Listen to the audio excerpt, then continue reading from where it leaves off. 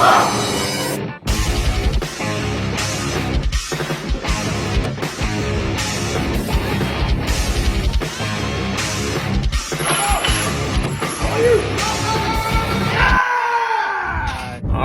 so today's the first day of the Leaner by the Day series I'm going to be doing.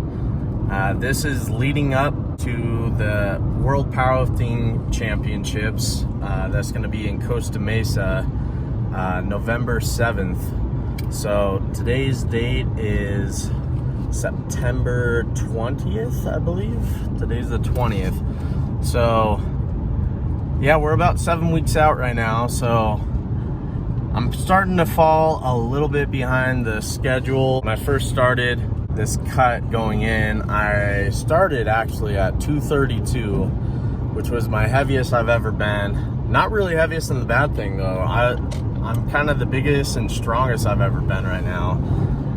So after I did my last meet in March of this year, it was the Camp Pendleton Open for USPA. It was a drug tested meet. So for that one, I cut down to 198, and I did a kind of big water cut for that one, and my results on meet day were horrible. I did end up with a state record on bench, but I was really hoping to set state, national, and keep just breaking my own records, since my opening attempt on bench was a state record.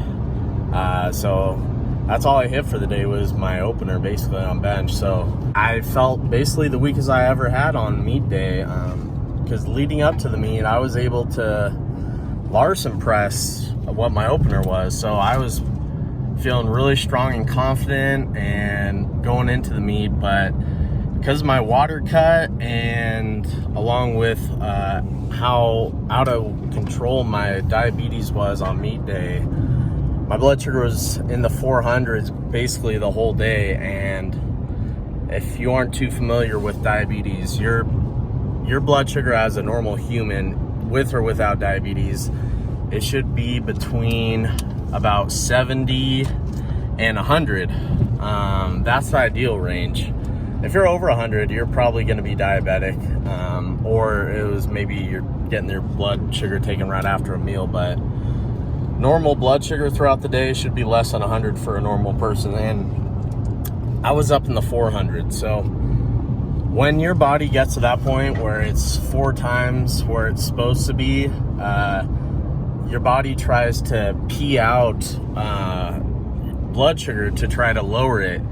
And it's a failed mechanism that your body does. That's why diabetes is your body not working properly. Because when it tries to do that, it can't do that. It can't pee out sugar.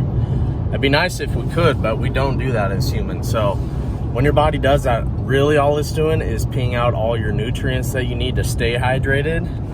And after a while also, your body will start breaking down your muscle fibers to use as fuel, and that's why diabetics carry like ketone sticks and stuff like that, because your body will start eating up its muscle and fat as fuel to try to rid itself of blood sugar. So anyways, on meet day, it made it where I was cramping, super dehydrated. I was peeing every 20-30 minutes, and I did do about a 7-pound weight cut, I believe, for that one of water. And for the week leading up, it was about 10 pounds of water at least that I cut, because I was about 210 a week out, and I didn't lose 5 pounds or 12 pounds of body fat for that meet. So that was all water, and I did not perform the way I liked it. So coming into this meet, this is going to be my last meet competing in the 198s, trying to set some records that'll last for a while. Hopefully I can see them last a couple years. Nothing really lasts in this sport. Even the greatest lifters of all time, like Stan Efferding or Ed Cohn, they've seen a lot of their records get taken. It's just, you know, sport evolves. There's always going to be stronger guys that come out of the works. Sport sport's growing in popularity, so records don't really last that much. So it's cool to have them, and then you can just have the memory of having it, but eventually every record gets broken. So I'm about tapped out on the 198s. I'm kind of getting too heavy for it, and my goal is to be as strong as I can, not as strong as I can for a certain weight class. So my goal in life is, you know, to see how strong I can get, how big and strong I can get. And you kind of limit yourself when you try to tie yourself down to a weight class, because you're limiting yourself from putting on more muscle and getting bigger and stronger by doing these weight cuts. So this is going to be my last go at it. After this, I'm happy to move up to the 220s and start chasing those records. But this is my last dance in 198, and I want to do it the right way. So I'm going to try to cut down within probably 3 or 4 pounds of where I need to be, and then I'm okay with doing a small weight cut, small water cut to make weights. But I don't want to be doing what I've done in previous competitions, where not drinking water for an entire day before, taking diuretics, taking stuff to make you basically empty out your digestive system, which that's not fun either. Being tied down to a toilet the day before meet, can't drink water, can't eat any food. It's just really not enjoyable, and it takes away from your strength, where a lot of people want to hit PRs at the meet, where it's kind of been a thing for me where I set big PRs in the gym leading up to a meet, but I'm much weaker on the platform than I am in training because of the weight cuts and you know, just the general nervousness and high adrenaline I get on meet day. Kind of makes me dehydrate and takes away from my performance. So the goal here is I'm weighing around 211 right now in the morning, so I gotta lose basically 10 pounds to get where I want, and I'm 7 weeks out, so just over a pound a week. And I'm gonna be filming all my meals, what my training's gonna be like, and all the things I'm gonna be doing, tips, tricks to try to lose this weight as easily as possible, but also stay in the parameters where you can actually lose some strength and performance when you're losing weight. It's actually almost expected to try to get stronger and lose weight. A lot of people think it's impossible while being a natural lifter, because it kind of goes against what our body chemistry says is possible. If you're in a calorie deficit, you're not supposed to be getting stronger. So that's what we're gonna try to achieve to do. I'm gonna try to peak and be the strongest I've ever been on a platform, while also cutting 7, 8 pounds or 10 pounds of fat in the process. So getting leaner while getting stronger, we're gonna show it's possible. I'll show you a little later what my weight on the scale is, what my body's looking like in the mirror, so we have references of where we're starting and where we end up. And we'll also put in some clips showing where my strength is at right now with squat, bench, and deadlift. Those are the 3 lifts you compete in for powerlifting. So I'm gonna show you where I'm at now and break down where I want to be on meet day, and then film all the way through every single day until meet day to show you the journey. And then after this, it'll be real exciting to do a series on bigger by the day, which that's really what I'm about. But since I'm having to cut for this meet, can't always be bigger by the day. You gotta be able to make weights. But so as I was saying earlier, when I cut for my last meet, after that last meet, so I cut down, made 198s. I think I weighed in at 197, and within 24 hours, since we do the weigh-ins the day before, so I have about 24 hours to hydrate and try to eat as much food and fill out and try to put on as much weight back as I can.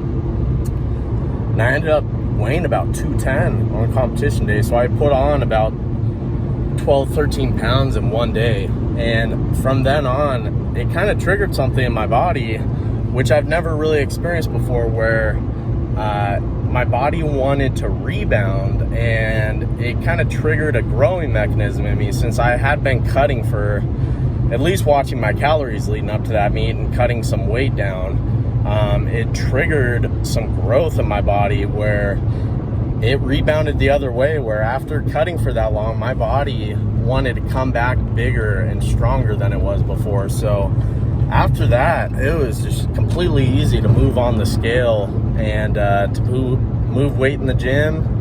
And it wasn't bad weight. It was just, it was good, real clean mass. Maybe I put on a few pounds of fat, but for the most part, I kept the same looking six-pack, the same leanness the whole time while getting stronger. So I went from the 197 on meet day and got up to 232 pounds before I started cutting a little bit back in preparation for this meet. So from 197 to 232, that's 35 pounds I put on from that last meet.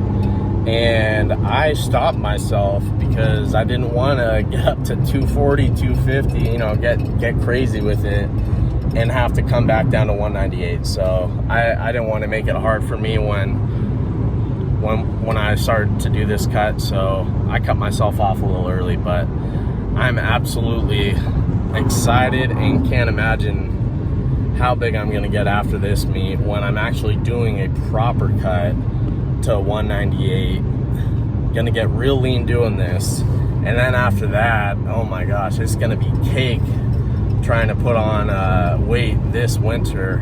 And I don't know about you guys, it's much easier for me to put on weight in winter when the temperature's cold. I live down here in Southern California, so in the summers, right now it's, I don't know if you could see that, it's 99 outside, 99 degrees outside.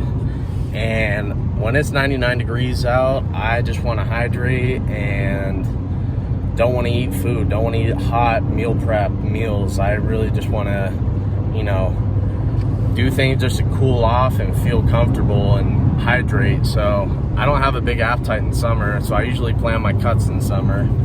And in winter, when it's nice and cool out and a nice warm meal kind of warms you up, I live up in the mountains near Lake Arrowhead, so it gets, it's usually in the 50s inside my house during the winter. So having a nice hot bowl of something to eat, it kind of helps warm you up, and it's really appetizing. So in the winter,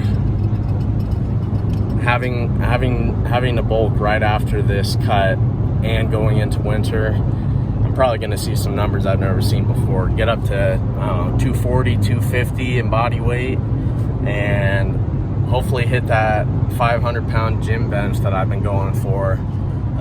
Just a nice touch and go, no pause, nothing crazy, just to see what my bro bench is at. You always have these bros come up to you and ask you how much you bench, and us powerlifters, we tell them what we've paused in competition. That's usually what we tell them what our bench is. But if we're really going off their standards, touch and go bench in the gym, just driving the weight up, no pause at all. Yeah, let's, why not? Let's see what we can do touch and go. Pretty sure that's a conjugate thing, as long as you can say, oh, well, don't call it a legit bench, but call it, your best touch and go, your best bench you've ever done. So we'll see where that's at.